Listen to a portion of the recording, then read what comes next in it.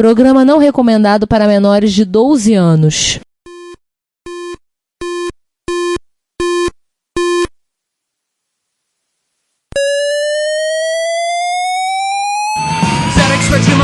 Dragon Vic and Oric 1, Commodore 64, Amsterdam and Acorn Electron, cheaper BBC Micro.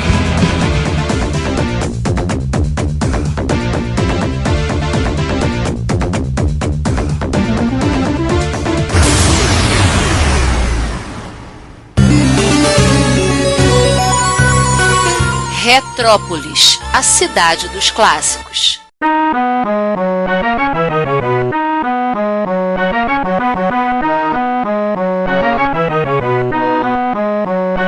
Sejam todos muito bem-vindos ao episódio 127 do Retrocomputaria. Opa, não. Opa, não. Ao episódio número 1 de Retrópolis. Não. O primeiro episódio do podcast Retrópolis, que é, claro, o número 127. E se você tá achando confuso, fica frio que você ainda tá no lucro. É mesmo, é? Podia ser pior. A gente podia ser um gibi da Marvel ou da DC. Vai entender a numeração de Action Comics ou X-Men pra você ver o que é bom pra tosse. Porco-aranha, pouco porco e mais aranha. Mas este é um ótimo número para esse marco. 127, o último código ASCII, o delete, apagar o passado para caminhar para o futuro e outras simbologias que eu poderia mencionar para esse número, mas eu vou ficar quieto. É isso aí, gente. Esse episódio é a semente de uma nova era. E por falar em semente, mas antes vamos nos apresentar. Quem mais está aqui além de mim, Juan Carlos Castro? 7-bit, né? Ricardo Pinheiro. 7. Oh, yeah. 0 a 127, né?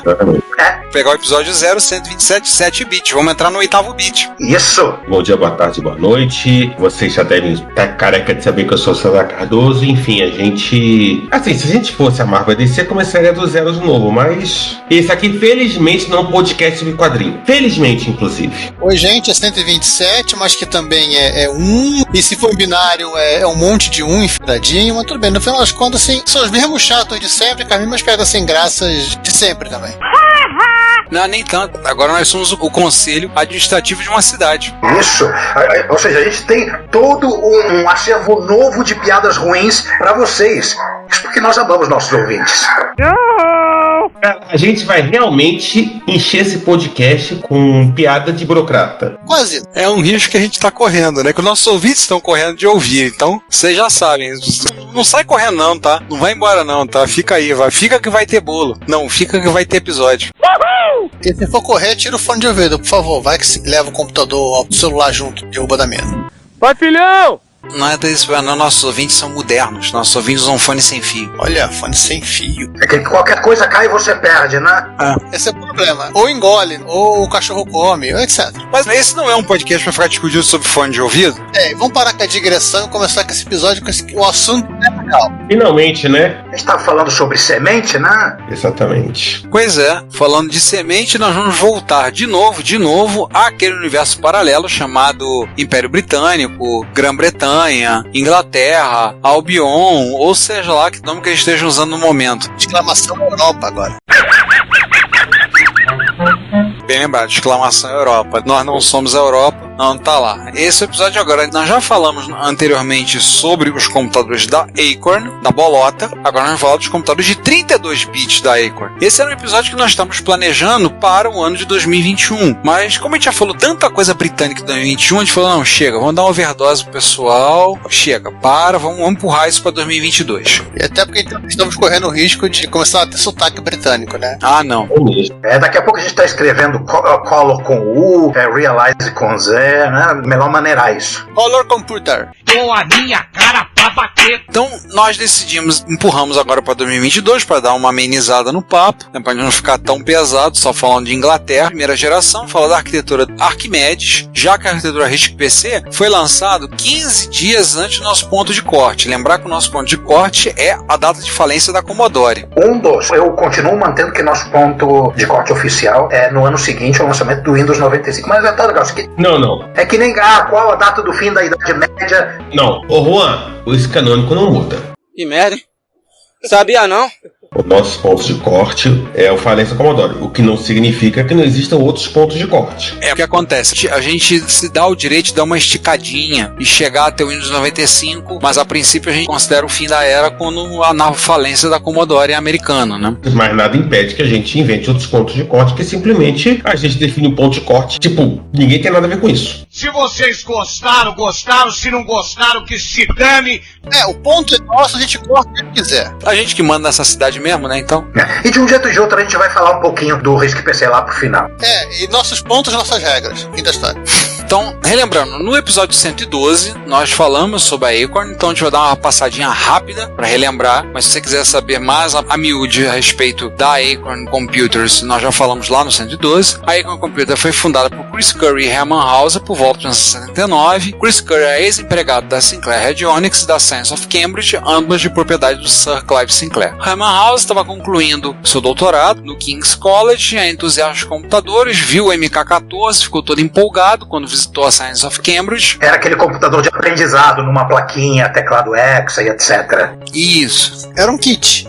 Era um kitzão. E eles fundaram o 02, tanto montados como na forma de kit. Então, o maior sucesso dos Acorns, o Atom, o BBC Micro, que era o Acorn Proton, e o Acorn Electron entre o final da década de 1970 e o começo da década de 1980. Onde deduzimos que se a Acorn existisse até os dias de hoje, provavelmente o computador mais recente se chamaria Boson de Higgs. Mas eu divago. Ô, cara burro. Boson do Higgs. Rafael Higgs, um abraço pra você. Em 1983, fez uma tentativa de entrar no mercado corporativo, quando lá quase comprou a Torch Computer com os Acorn Business Computer, os ABC. Não deu muito certo e eles só lançaram os Cambridge Workstation, que eram baseados num processador do Arco da Véia da National Semiconductor, o NS32016, e rodavam um sistema operacional chamado Panos. É mentira, até. Verdade! Então, é aquele momento de você passar panos pra Acorn, né? É o sistema operacional do computador de bem. Bem lembrado. Seguindo aí na conversa, né? Ela foi muito mal sucedida no lançamento do Electron e em outras empreitadas, a própria empreitada dos ABC, né? E ela tava para falir, mas em fevereiro de 85 ela teve 49,3% dela adquirida pela Olivetti, se chama Acorn, pela módica quantia de 12 milhões de libras, e em setembro do mesmo ano a Olivetti resolveu pegar ela toda para si, né? Chegou a 79%, ou seja, ela literalmente virou a dona e ponto final. Acionista majoritária, né? Ou seja, como fizeram seus antepassados séculos antes, o pessoal da Olivetti recolheu a Acorn como parte dos tributos de César, que como tributos eram dele mesmo. Este ponto que a nossa história começa, né? Na Acorn, já propriedade do italiano da Olivetti, e com eles literalmente dando palpite e ao mesmo tempo a mesma Acorn de sempre, só que sem, tecnicamente, as dívidas, óbvio, sem o Chris Curry e o Herman. Lembrar que assuntos, nós já fizemos também um episódio além do 112, que já citamos, nós fizemos o episódio 101 sobre workstations. Então, se você tiver interesse, recomendamos que ouça esses dois episódios para inteirar melhor para o conteúdo que nós vamos passar daqui para frente. A primeira coisa, Olivetti, que a Acorn fez foi lançar o BBC Master em 1986, mas só que foi algo meio frustrante, né, por usuários, para os desenvolvedores que esperavam um upgrade significativo. Só viu uma coisa tipo TK95, né, vai praticamente a mesma máquina, uma versão de custo reduzido, só que o preço ao consumidor era mais caro, né, de 335 para 499 libras. O pessoal esperou que viesse uma máquina mais barata, ou esperou que viesse um BBC 3, e no final veio quase a mesma coisa e custando... Nossa, isso aqui dá 50% mais caro, né? Quase isso. Quase. Isso é uma diferença de... A linha deles, né? Porque a linha ABC já tinha acabado, o ganha-pão deles era o mercado. O único ativo da Acorn em 86 era o nome BBC nos computadores. Os ABC, os pessoas da Olivetti falaram, aguarda ali na esquina, põe tudo na esquina ali que o caminhão vai passar daqui a pouco. Aguenta aí que a gente vai investir nele, na volta a gente investe. Isso. Vamos lá.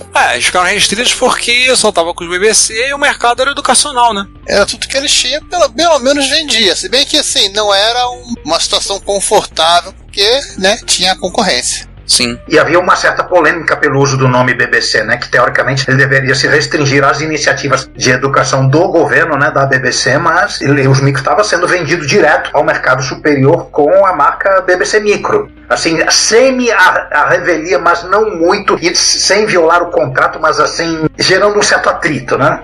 Na verdade, é efetivamente vendida mais para as escolas, né? Porque tinha um desconto, mas quem quisesse comprar, podia comprar. Não era proibido.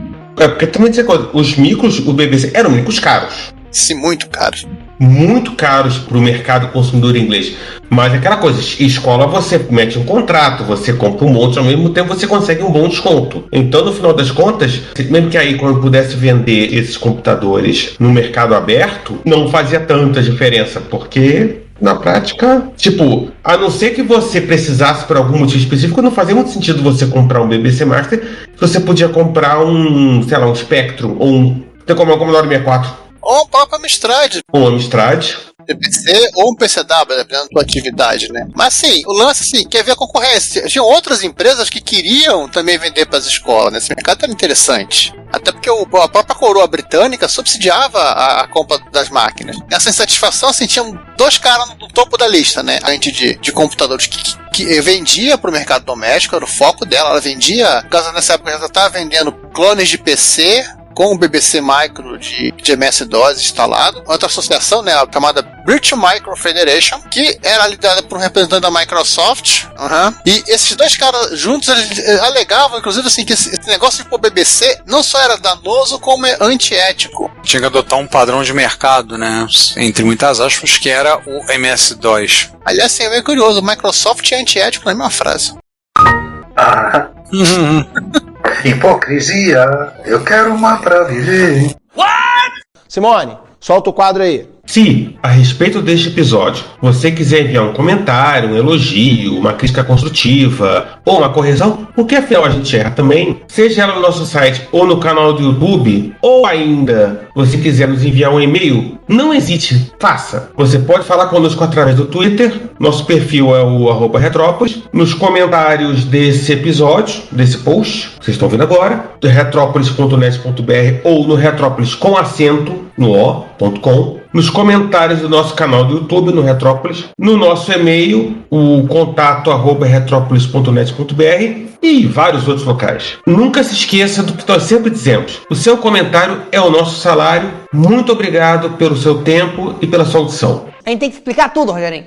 A ideia original da Acorn era colocar outros processadores pendurados no BIB. Basicamente, botar um Z80 para poder rodar CPM. Chegaram até a fazer o seu próprio processador. Era o Acorn RISC Machine. Talvez já tenham ouvido falar, um tal de ARM. Para usar com ele, faz até um conjunto de chips auxiliares. Só que aí no final das contas, alguém na Olivetti, ou na Acorn na Olivetti, pensou um pouquinho e chegou à conclusão de que no esforço de você fazer o hardware do BIB rodar esse monte de coisas, ou seja, gambiarra.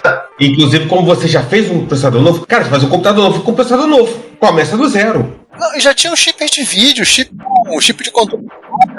Você vai ter um negócio que no final das contas faz muito mais sentido do que você ficar pendurando um chip novo, com vídeo novo e tal, num BIB. Você acaba juntando uma arquitetura velha, colocando um monte de coisa, fazendo um monte de gambiarra. Vai dar mais trabalho do que você fazer um novo do zero. Mas a história do ARM tinha sido projetado com a única pretensão de ser um processador de expansão para o BBC Micro. Isso foi novidade, né? Porque o ARM ele começou a ser desenvolvido em 1983 por Sophie Wilson e Steve Furber. Era o processador RISC, arquitetura de 32 bits, barramento de dados de 26 bits. 26 bits de dados, confere isso. Memória, quando ele endereçava... desculpa, peraí. Não via endereço, né? Memória, desculpa, eu escrevi coisa errada. 26 bits ele endereçava no máximo 4 MB de RAM, que em 83 era um mundo. Se 85 era o mundo, 83 era o universo. A frequência era 6 MHz, que em 83 ainda era bastante respeitável, mas a ideia, repetindo, era só ser um processador de expansão pro BBC Micro. E aí eles deram aqueles ajustes finos no projeto. Em 86 lançaram o ARM2, chegava a 8 MHz. Em 87 deram mais o ajuste fino, tiraram as arestas, deram aquela paradinha, botaram 10 e posteriormente 12 MHz. Ou seja, saiu de 6 para 12. Legal, Mais legal ainda era que nos benchmarks ele era 7 vezes mais rápido que o 68.000 a 7 MHz, só o dobro da frequência, 7 vezes mais performance só com o dobro da frequência, e o dobro do 386 é uma frequência maior ainda, 16 MHz. Medindo em MIPS, o único processador da Motorola na época que estava com o ARM2 era o 68020 rodando a 16 MHz. E dos processadores de mercado daquela época, o ARM2 ele só perdia pro MIPS e pro Spark. Que era um workstation, que era outro mercado. Ele só perdia pra gente grande. E é outro público, outra coisa. Como disse o César, coisa pra gente grande, né? No ARM3, botaram um cache de 4 KB no processador e a frequência ultrapassou os 33 MHz. Mas vamos parar de falar de processador, vamos falar do resto da máquina. Porque as coisas... Eu falo sobre a máquina, não sobre o processador. Vamos deixar pra falar de ARM num outro episódio no futuro, né? E tem um bocado de assunto pra falar dos ARM, estão aí na praça até hoje. E aí, já que a gente falou do processador, tem que falar dos outros integrais, né? Não existe processador sozinho. Todo fabricante de processador, quando ele lança uma nova linha, ele lança toda aquela família para fazer companhia. Isso. Que hoje em dia é Northbridge, Southbridge, mas na época você tinha vídeo, total de memória e os Combo A4. Sim. Inclusive um deles, que é o VIDC1, o VIDC1, Video Sound Controller, que ele cuidava de vídeo e cuidava de som. Agora um comentário. Eles não eram muito bons pra ARM até vai, mas VIDC1. VIDC1, olha. Engenheiro. Não peça muito. IBM que o diga, né?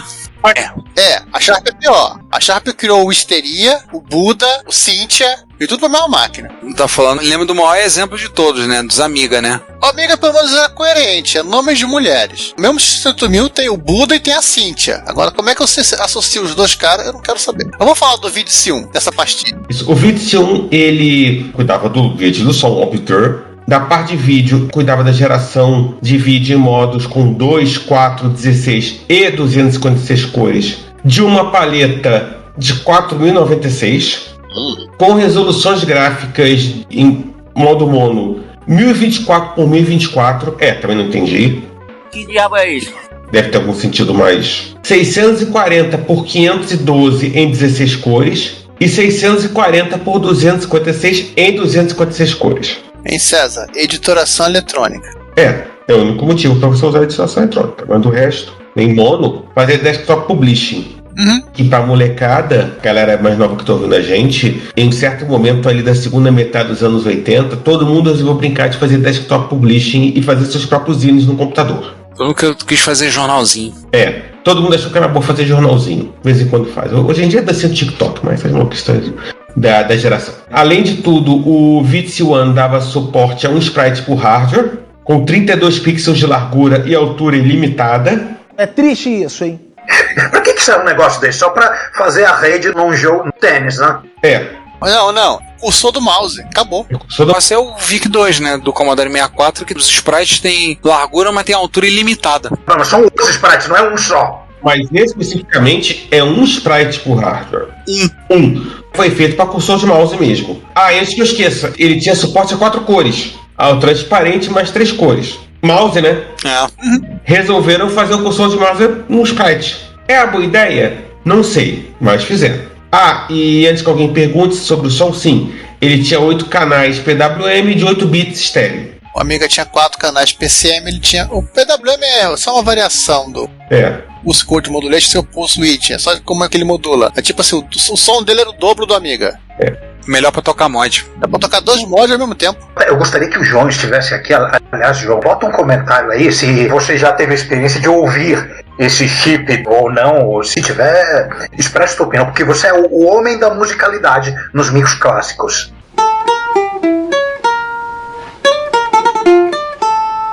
Bem, o segundo chip é o MEMC1, para o controlador de memória. Continua sofrendo o mesmo problema dos outros, de péssimos nomes. Ele que gerenciava a memória, fazendo o mapeamento da RAM de até 4 MB. Mapear também ele dava com a ROM, suporte para DMA e geração de buffers para vídeo, som e barramento de entrada e saída. Tipo, você configurava no gerenciador de memória, ele e os outros chips iam fazer outras coisas. O outro chip, né, era a farofa IO controller, que literalmente era o chip que fazia tudo aquilo que não era vídeo, nem memória, nem som, nem processamento. Ele também tinha um RTC integrado e cuidava de porta paralela, conversar com o mundo exterior. Era a PPI deles, né? É, tipo isso. Um relógio, uma PPI.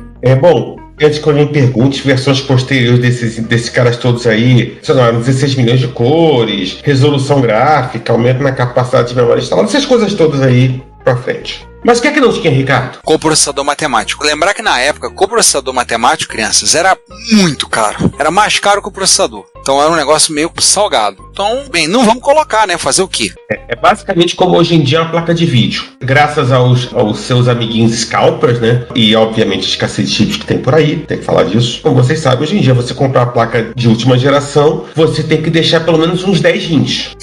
Seu e da sua família. Então, era basicamente isso, um coprocessador matemático. Se você realmente não precisasse de um coprocessador, você não tivesse uma necessidade premente de um coprocessador matemático, você não compraria um coprocessador matemático.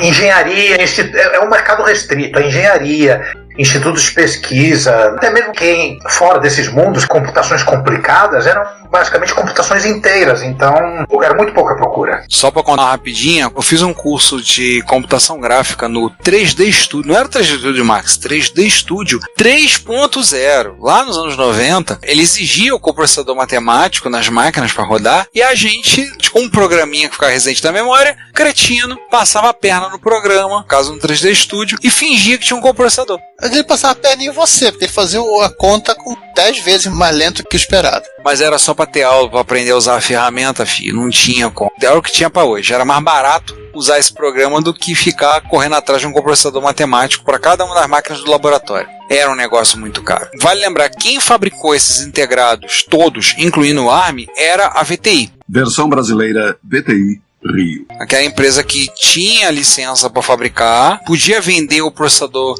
para quem quisesse, né, e fabricar com a sua própria numeração. Então, quem quisesse podia fazer o seu. Podia chegar e encomendar na VTI, eu quero fazer um ARM também. Isso daí, provavelmente, daí vem eu vou falar com base apenas em observação minha, provavelmente daí que vem as raízes do grande domínio dos ARMs hoje em dia, né? Mas aí tem uma observação. Provavelmente, assim, uma coisa é você mandar fabricar, e outra coisa é você conseguir ter acesso às instruções, é o código. Provavelmente a ARM segurava isso.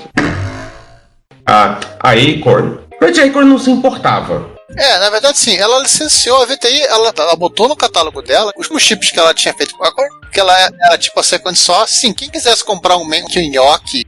Mas Second Source não dá o direito de, por exemplo, de você pegar o microcódigo e reimplementar. Então, é outra conversa. Second Source era uma coisa que todo mundo fazia nos anos 80. A Intel fez isso, a Motorola fez isso, a Zilog fez isso, a MOS fez isso, todo mundo fez Second Source nos anos 80, porque ninguém tinha fábrica o suficiente para aguentar o rojão. Sim, e César, quem meio que se beneficiando disso aí era o pessoal que fazia a pilha do Acorn, que eles podiam sim aproveitar e fazer uma expansão de RAM com um outro Mank, né, sem precisar comprar da própria Acorn, que acho que ela não vendia. Porque ter que fazer um computador significa ter... Até porque, vamos lembrar de uma coisa, crianças, ter que fazer um computador significa ter que trabalhar com uma coisinha muito chata, chamada sistema operacional. A primeira ideia era um sistema operacional chamado ARX, que é baseado na arquitetura Max, modular, né, microcódigo, que nem o Minix, tipo... No microkernel. Max é microkernel. Isso, microkernel, que nem o Minix. Tudo vinha baseado no conceito da arquitetura do Mac, aquele famoso sistema operacional de desenvolvimento na Universidade de Carnegie Mellon, nos Estados Unidos. O primeiro sistema operacional microkernel, de lá que veio a base dele aí, né? E a ideia é que o ARX seria escrito em C e módulo. Módulo, para quem não sabe, mais uma das dezenas de linguagens que Niklaus Wirth, o criador do Pascal, criou depois, sem atingir o mesmo sucesso que o Pascal atingiu. O módulo era tipo um Pascal turbinado para multiprocessamento. Isso. Eu vou lançar uma pergunta aqui. 2022, algum microkernel tá rolando por aí? Não que eu saiba. macOS é microkernel ou quase isso? Ele tá mais pra quase isso. Eu acho que não. Não é microkernel, não. O Darwin não é microkernel, não. A Microsoft usa alguns conceitos de microkernel dentro do Windows, mas... Microkernel tipo mate esquece. É mais uma maluquice dos anos 80 que as pessoas acreditavam. É tão maluquice era que não... Pois é. Só ouviu que assim, oi, tá atrasado, a máquina foi pra fábrica, tá atrasada, pera aí. Então assim, vendo que o desenvolvimento do RX estava pra lá de atrasado, aí sim, as máquinas já estavam pra se sair, assim, o troço não ia chegar junto nas lojas com o Arquimedes. O pessoal da Acorn chamou lá o Paul Fellows, que era o líder da equipe pequenininha, desenvolvedor, e falou assim, olha, vem cá, dá pra você fazer uma coisa que se parece com o BBC Micro, pra te botar no Arquimedes? E pode fazer pra ontem? E um de carne e um de queijo. Corre, macacada. Vai dar merda, vai dar merda. Senta e faz. O nome desse sistema operacional é Arthur, e há uma anedota que diz que Arthur significa a Risk-Based Operating System by Thursday, ou a Risk by Thursday, ou seja, um sistema operacional RISC para quinta-feira. Eu lhe dou um sistema operacional na quinta-feira se você me pagar um hambúrguer hoje. Mais ou menos assim. Cara, eles fizeram tudo, gente, pra vocês entenderem. Foram 5 meses. Eles criaram rotinas que iam ficar na ROM, mesma ideia do MOS dos BBC. Você tem uma parte em ROM, é uma coisa que você não era novidade, o MSX-DOS 2 usava isso, e várias outras arquiteturas usavam. Tirando, eu acho que os PCs, todo mundo tinha uma rotina em ROM. Tinha parte do seu operacional em ROM. Não, todos têm um grande conjunto de instruções básicas de funcionamento na ROM. Depende muito do grau de conjuntos, né? A grande diferença é que em algumas arquiteturas, esse código em ROM serve só exclusiva e apenasmente para carregar o sistema operacional. E todo o acesso, até os ins e outs de assembler, passam a fazer essas arquiteturas. As rotinas da ROM são rotinas de uso corrente durante a operação normal da máquina. Então você pode dizer que são parte do sistema operacional. Amigo, um beijo. Eu acho que agora já dá pra beijar a viúva, não dá não? Especial caixão. Então, além do que eles colocaram na ROM, eles já tiveram que bolar uma interface gráfica executada a partir da linha de comando, que foi escrita no BBC Basic, com algumas rotinas em código de máquina. Gente... Like feelings. Tá vendo? Não é só você que fez ambiente gráfico em Basic não, Giovanni. Tá vendo? Fizeram antes de mim. Já sei que o Like copiou. O resultado era feito a toque de caixa, né? Ficar pronto para ontem. Foi um sistema operacional mono-usuário, mono-tarefa, cheio de bug, óbvio. Como é que funcionava? Não deu tempo neles passarem, aplicaram inseticida pra matar os bugs, né? Matar a barata. Kill it! Kill it! E o principal, ele vinha de grátis. Tava junto. Mas funcionava. Eles conseguiram evitar a gambiarra no hardware, mas não conseguiram evitar a gambiarra no software, né? A gambiarra sempre se manifesta de um jeito ou de outro. A gambiarra é inevitável. Inclusive, assim, tinha um conjunto de bugs que eram pra lá de conhecidos e que o pessoal reclamava desses bugs, e aí quando ficava na dela, e assim, só dizer óbvio, né? A gente tá fazendo um release novo do seu processador, segura aí. Não vamos ficar liberando patch de bug por enquanto, não. Errou, otário! Mas se você juntando a coisa toda, o Arquimedes, o produto, ele foi lançado em 1987, né? Junto com o sistema operacional, versão 0.20, seguido por uma versão 0.30 e finalmente 1.20 com melhorias de performance e novos bugs em 1988. Não, legal que eles pularam da 0.30 para 1.20, né? Nem tiveram a cara de pau passar pela 1.0. Eles, tipo, quando Faz 35 anos esse ano, né? Temos a efeméride, mas eu vou ver qual a data de lançamento dele pra gente dar aquela mençãozinha no Repórter Retro. Sim. Bem, gente, assim, ele era tão cheio de bug, era tão cheio de barata dentro no código, tanto cheio de problema, que uma empresa desenvolvedora, a Computer Concepts, começou a escrever seu próprio sistema operacional, que era o Impression. Resolveu fazer o seu para rodar no Arquimedes. E aí o Impression evoluiu para o Impression Publisher, que é uma aplicação de editoração eletrônica. Desktop Publishing, como vocês sabem, era a buzzword do final dos anos 80 e dos anos 90. Todo mundo queria fazer o seu zine. Até porque você tinha um mouse, né? A coisa estava tão embaçada que eles falaram, não, vou fazer o nosso sistema operacional porque esse aí não dá não. Aí, bem, quando eles viram que o Arthur não tinha virado o rei da Britânia, aí não tinha tirado o Excalibur da pedra... Assim, viram que o troço estava funcionando, opa! Então vai do jeito que tá.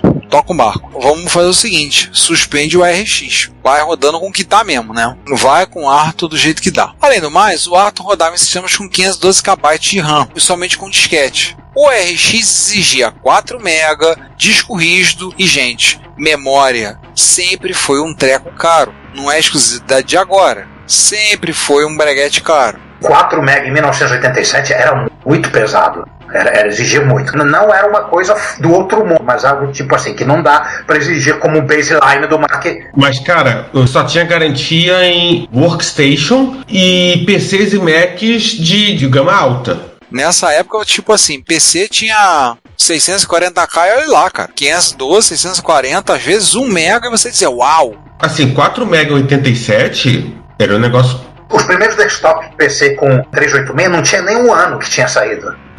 E eles só vinham com 1 mega de RAM, que era o mínimo que dava pra pôr. Era o que tinha, era o que dava pra hoje. O famoso que tem pra hoje. Então assim, o Arthur não estava em conformidade com os vários requisitos que o sistema operacional deveria ter. Ou seja, não dava, mal merecia o nome de sistema operacional. Qual é o nome do tiozinho lá do Minix? O Andrew Tannenbaum. Não, o Tannenbaum não curtiu. Mas aí teve a mesma atitude em relação ao Arthur que o Homem-Aranha do Tom Holland teve em relação aos vilões, né? Acreditou nele que podia ser redimido. Então, na versão 2.0, o Arthur foi rebatizado, mudou para RISC-OS, foi lançado em abril de 1989, passou a vir nas máquinas novas e você, eu tenho um Arquimedes da versão anterior, dá para rodar o RISC-OS, que é o Arthur 2.0? Dá, troca a ROM, aqui adquire novas ROMs, abre a máquina, tira as ROMs, bota novas, espero que as ROMs fossem soquetadas, né? Não, soquetado. Aí menos pior, né? Mais fácil tirar. O nome Arthur foi abandonado, mas internamente o nome código, né, do novo sistema operacional era Arthur on the Rocks, por conta do filme de 1981 que só vai saber se for fã da Liza Minnelli ou Dudley Moore. 81 é o primeiro Arthur. Teve continuação em 88? Sim. Era o Arthur Milionário Sedutor, não era? O Arthur Milionário Sedutor, que é de 81, e o Arthur on the Rocks, eu não sei como é que ficou em português, quando ele perde a fortuna, ele vai ser pobre. Nós temos um terceiro também, mas isso aqui não é um podcast sobre Liza Minnelli, nem sobre Dudley Moore. Sobre Liza Minnelli, vamos ter que fazer um episódio sobre o filme Cabaré, não é isso? No, God, please, no! Não, dispenso. Não vamos fazer esse... Gente que sabe falar disso melhor do que a gente. Foi no episódio 61. O nosso podcast foi o episódio de cinema no episódio 61. E nenhum outro. Então, assim, foi implementado no RISC-OS multitarefa cooperativa, severas limitações. Tipo macOS.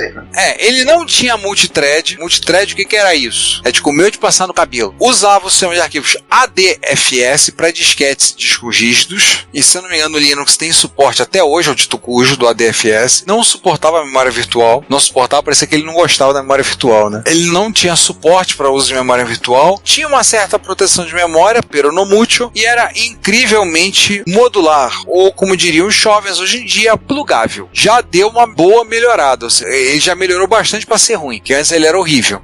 Que já é um grande avanço. Verdade. De horrível para ruim é um avanço assim enorme. Para terminar uma versão atualizada, né, a famosa Point Release, RISC-OS 201, foi criada para o A540 e o R225/R260, porque esses caras tinham o ARM3, você tinha que suportar o ARM3, e além de memória lá dos caras, e os modos de vídeo VGA e SVGA. Mas depois eu falo desses casos em algum momento lá na frente. Na última encarnação do qual nós vamos falar aqui, né, do RISC-OS, a versão 3, ela trouxe muito mais recursos, né, como suporte a FAT, novas aplicações internas, melhoria da interface, a habilidade de mover a janela para fora da área da tela, isso para ambientes operacionais que não permitem isso, a opção de desligar com segurança. Acho que ele não desligava o computador na Icon.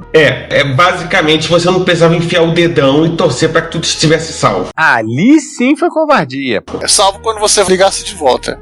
A versão 3, né, 3.00, ela foi lançada com o modelo A5000, lá em 91, e com a introdução do A3010, do A3020 e o A4000, foi lançada a versão 3.10, e posteriormente, porque o estagiário esqueceu algumas coisas, a 3.11. Esses nomes de modelos parecem nome de amiga, mas não são amigas não, tá? Não, gente, não. Tem uns caras com nome de amiga aqui, mas só um, né, pelo menos. Não, dois.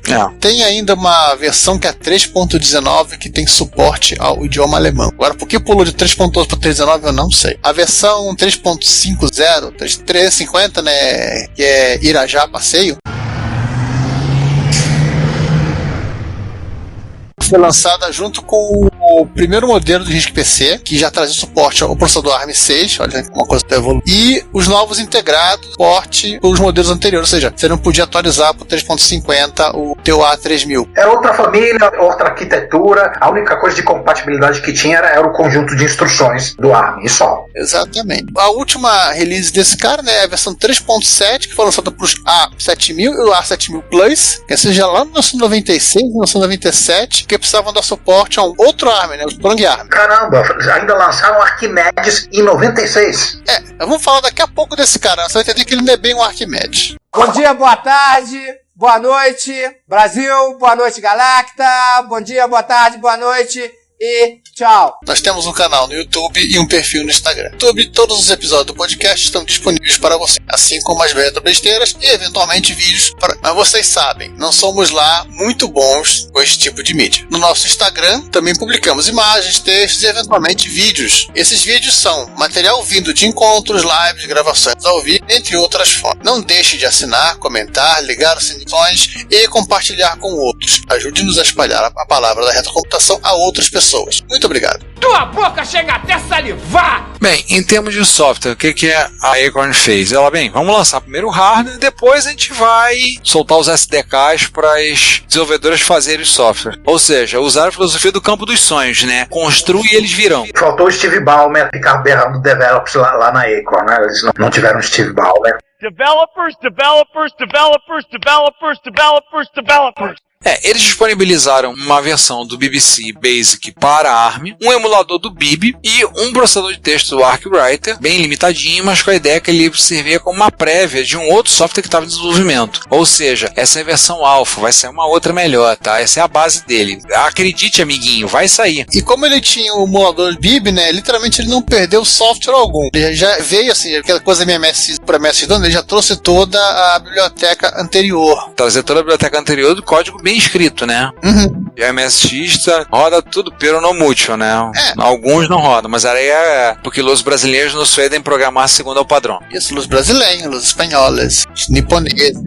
Eles não admitem isso. Mas muito do primeiro software lançado por Arquimedes eram versões dos programas que tinham saído primeiro, a compatibilidade que havia entre eles, deram lá, só compilar, foi só compilar. Porque não era exatamente compatível, não era o mesmo, a portabilidade era muito fácil, que nem era entre o CPM e o MS-DOS.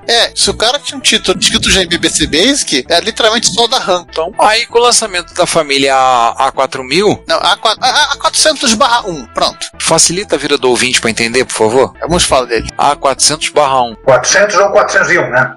400/1. Desculpa, gente, não sou eu que inventei essa numeração maluca. Então tá, ouvinte, dessa vez a culpa não é do pauteiro. Errado esse ator. Eu avisei que tem gente que faz muito mais maluquice com numeração do que a gente. Não reclame da gente. Nós avisamos. Pois é. Eles lançaram a linha Learning Curve, curva de aprendizado, que era um conjunto de aplicações que acompanhavam o modelo. É o famoso bundle. É um bundle, dependendo da máquina que você estava usando, o software tinha diferença para poder aproveitar melhor os recursos daquele hardware. Lembra que uma empresa que alguns já devem ter ouvido falar, uma tal de Autodesk, chegou a lançar para a plataforma o AutoSketch. Desliguei o AutoSketch BMPC. Refresca a minha memória. O AutoSketch era o quê? Né? Não é o AutoCAD. Ele servia para quê? O AutoSketch é o AutoCAD sem 3 dimensões. É o AutoCAD 2D. É o AutoCAD para planta baixa. E acabou. Ah, tá. E uma das coisas que a Acorn resolveu apostar foi, já que tinha lá as empresas como a que a gente falou lá, dizendo que o padrão tinha que ser MS-DOS para vender para as escolas, tá bom, vamos fazer um emulador de PC. Vamos rodar esse emulador, o PC Emulator, nós vamos rodar software de MS-DOS dentro do Arquimedes. Pronto. É claro que os primeiros rodavam assim,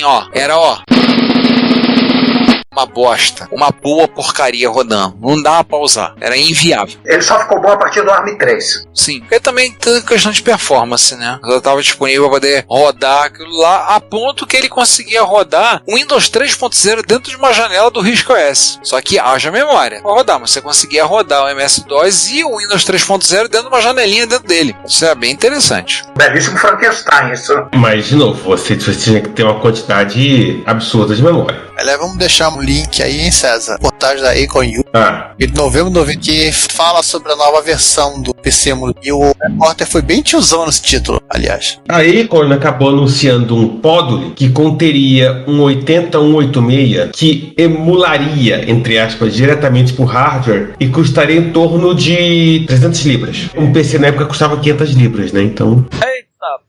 Alguém na Acorn fez as contas e viu que a conta não fechava. Não valia a pena, né? Só lembrando, gente, que lá pelos anos 80 e 90, a libra esterlina estava bem mais acima do dólar do que atualmente. Atualmente está bem pouquinho acima, quase igual.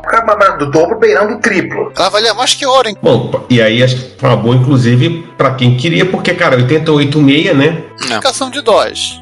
Continua perguntando, pra quê? Se é pra rodar a aplicação de DOS, você, cara, mete um 8086 logo então. O XT da padaria e mais fácil. Mas enfim, em agosto de 89, quando a Acorn mudou o foco pro mercado doméstico, ela organizou uma conferência com uma galerinha, acho que vocês nunca ouviram falar, Electronic Arts, Ocean, a nossa querida US Gold, a Domark, a Grand Slam e mais um monte de software houses inglesas.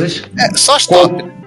Só a galera topzera, com o objetivo de garantir o interesse delas no desenvolvimento de jogos para a plataforma. Porque microdoméstico tinha que ter jogo. E o resultado é que jogos como Battle Chess, Lemmings, Lotus Turbo Challenge 2, SimCity, e até mesmo Wolfenstein 3D e vários clássicos aí de 16 e 32 bits foram portados para a linha. Vale lembrar que alguns desses eram produções inglesas, como Lemmings, Lotus Turbo Challenge, o Zoo. Saiu aquela sequência do Elite, né? O Elite 2 Frontier. Frontier saiu pro Acorn. Tipo assim, pro Parque Médico. Que saía da Inglaterra pro micro doméstico também estava saindo pro Acorn. Só para deixar registrado, claro, muito demo. Hardware europeu sem democine não é hardware europeu. E a gente vai colocar também aí em link a lista do software lançado para o sistema operacional RISC-OS. Tem um monte de coisinha que foi lançada aqui, você pode se divertir à vontade. Que aliás, hoje em dia, se você quiser rodar, você pode fazer as suas experiências no seu Raspberry Pi mais próximo, né? A gente Raspberry Pi, crianças, já vai olhando, já vai pensando que você já pode fazer algumas gracinhas com eles. Nós vamos chegar lá. Eu sou o Rodrigo de Godoy Domingues, o spy do projeto Game Genesis. Sejam bem-vindos a Retrópolis, a cidade dos clássicos.